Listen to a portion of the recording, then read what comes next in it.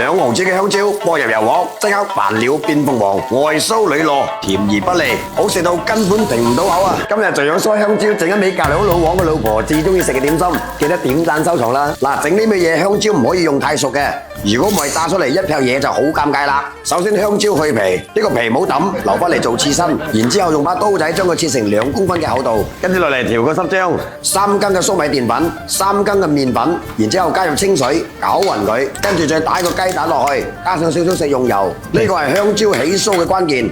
攪勻之後，將切好嘅香蕉放入去，染上一層濕漿。嗱，呢味嘢又香又脆嘅關鍵就係呢個麵包糠啦。將染好濕漿嘅香蕉放入嚟呢個麵包糠呢度碌下佢，等佢染上一層金裝，跟住5成油溫就將啲香蕉放落去炸。